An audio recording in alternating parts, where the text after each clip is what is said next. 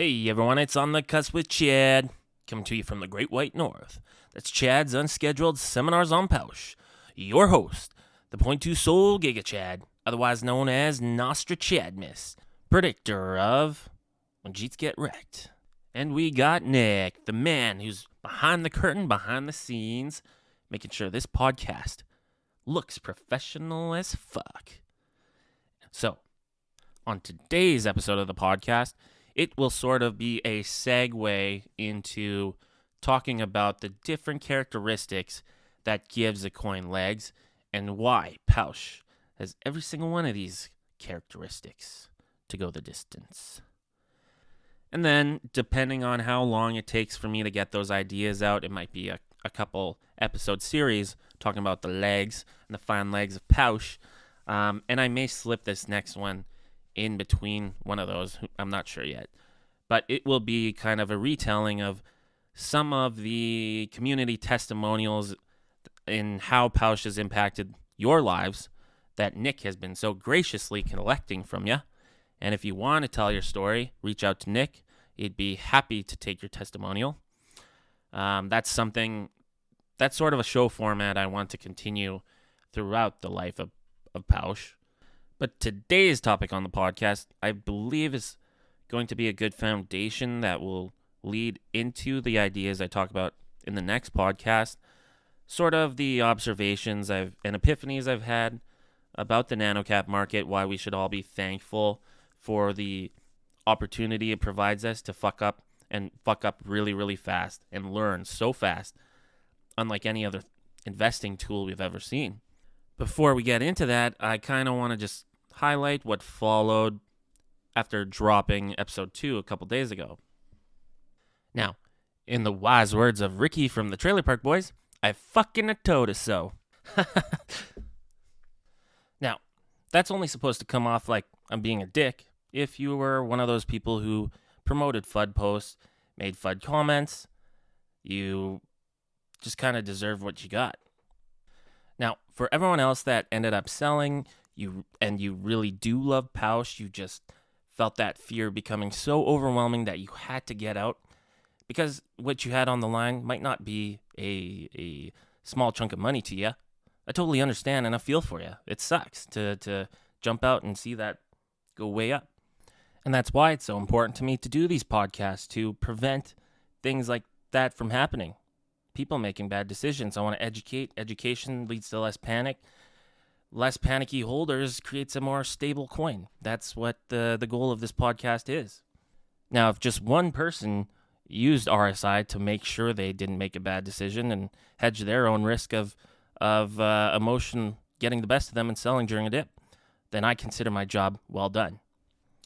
But yeah, one thing Nick and I noticed in this community, and we both really love, and it's really freaking heartwarming, is that when we saw someone say, guys, something came up, and I have to leave POWSCHE, and I have to sell. And the community members came together and was like, it's okay, man. You do what you have to do. And POWSCHE is always going to be here to welcome you back with open arms. So seeing things like that really go a long way in my books, along with Nick's. So really, really love the vibe here in the POWSCHE fam. It couldn't be better. It is the best. There is no coin that has a better community, and that's a fact. And it's funny, especially with POWSCHE being such a role model for the rest of the nanocap market, what are the scammers going to do? Well, I've noticed on Reddit that much of the marketing has now been tailored, really capitalizing on that community. Every single fucking marketing ad is now the same. Oh, we got a fucking base dev. We have a strong community. Well, they're missing quite a few things that, and like I said, that those things are hugely, hugely important. But there are more crucial things, and I'm going to dive into that in my next podcast. And look, guys, you're going to hear many, many things repeated in all my podcasts. And really, that's just to really instill these ideologies and good lessons in your mind. Now, if you're anything like me, you don't really put things into practice until you fuck up. And I've always been one of those people who welcomed failure with wide open arms. because of the lessons learned. And the reality is that has to be the single most divisive characteristic separating those people that enact that practice from their peers as soon as you leave high school. And by the time you get to around, say, your 30s, around my age, that gap is large, and that gap will only continue as we age. And I know many of you know this and see it.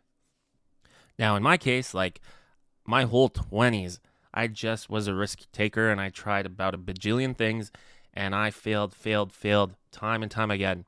And it sucked, and life beat me down hard. But I do believe it was the greatest thing I could ever do for myself. I've got my fuck-ups out of the way. And there's always going to be more fuck-ups. But getting those out of the way young, it definitely helps you in the rest of your life. It's the foundation for me succeeding now in my 30s. And again, don't take that as like fuck up equals success.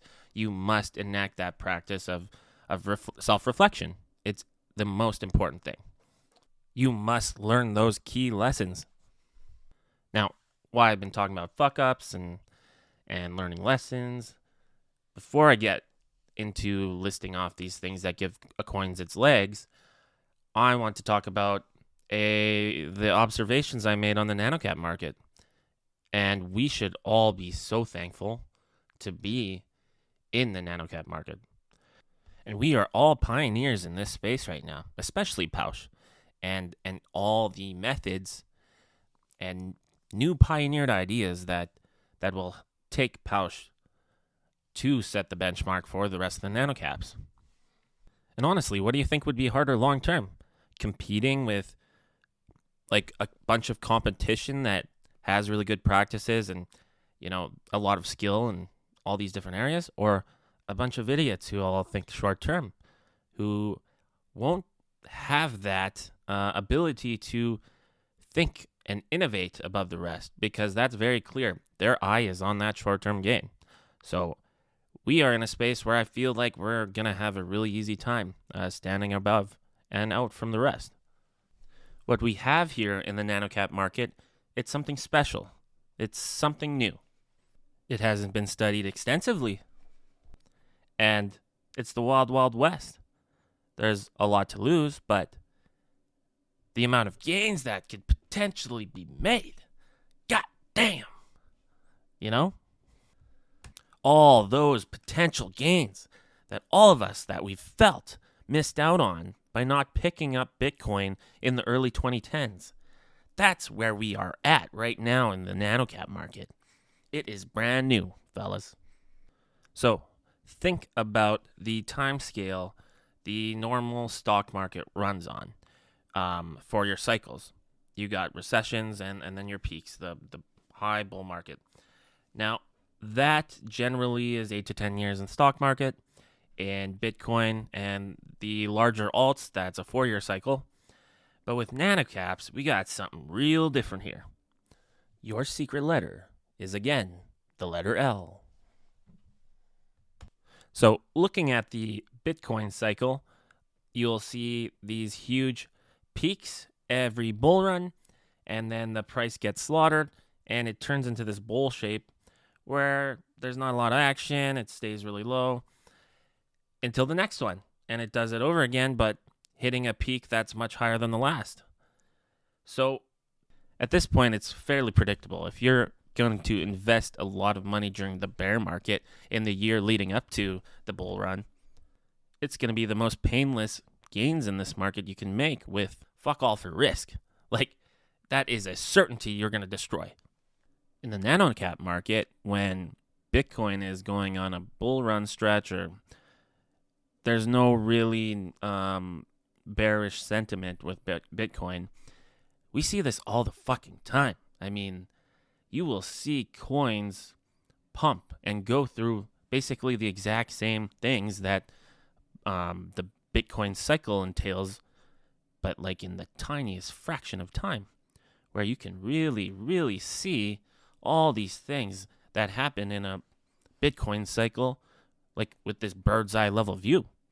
And guys, the amount of knowledge we can gain by seeing that happen time and time again. And that's how it was for me. It felt like I lived 50 lives of a stock trader within a month. I am not kidding one bit. Like I told you guys in a previous podcast, I'm a level 1 CFA holder, and I have learned more in that first month I was in the nanocap market than I had ever learned about the psychological behaviors of the market, which I'm realizing more and more and more is actually the most important aspect to know. So just to really hammer home the benefits that the nature of nanocaps is a much smaller and condensed time scale in comparison to these larger markets like Bitcoin, the alts, the stock market. Those stock traders, how could you ever have the epiphanies or realizations we can have in this market when you're always existing on this tiny, tiny little sliver of the timeline of that cycle? Like in my first month in the nanocap market, I probably saw like a full 10-year cycle in the stock market happen every other day, maybe 100 times in a month if I was looking at multiple coins. It really felt like I lived 50 lifetimes of a stock trader. Like I would see this coin that I'd be following start to go on this run, and that's totally comparable to the Bitcoin bull run. And it would hit a certain peak, it would have all these things happen, and that first time, I left my money in before it eventually rugged or whatever happened and I lost money. And it's like, shit, what about the next time? Oh, suddenly there's a new opportunity around the corner the next day or the couple days after. Oh shit, some of these patterns look similar. Huh, it really gets a guy thinking. And you do not get that opportunity in the stock market or like Bitcoin or the higher alts. Nanocaps allow you to get your fuck ups out of the way real fucking fast. And I tell you, if it hadn't been for the dramatically increased sped up timeline and scale that the nanocaps have, I don't think I would have known to look for what I needed to look for to find POWSCHE. So not only does POWSCHE give back to and reciprocate its loyalty to its skilled holders that show loyalty financially, it does so with the education and tools to completely dominate in this market moving forward. Like, I don't foresee any real huge changes to how things are going to be, at least for the next couple cycles in the nanocaps. I mean, all your regulations and stuff are going to touch the larger alts and Bitcoin type of coins first, before it ever trickles down to us. And I just want to make sure to say, you're only going to succeed by investing in that bear market by investing in coins that have the staying power. So I hope that really kind of starts the gears turning to look at this space in sort of a different light than I feel like what is going on across the board. And this is going to lead us into our next podcast, talking about what gives a coin legs. So until next time, this has been episode 3 On the CUSP with Chad.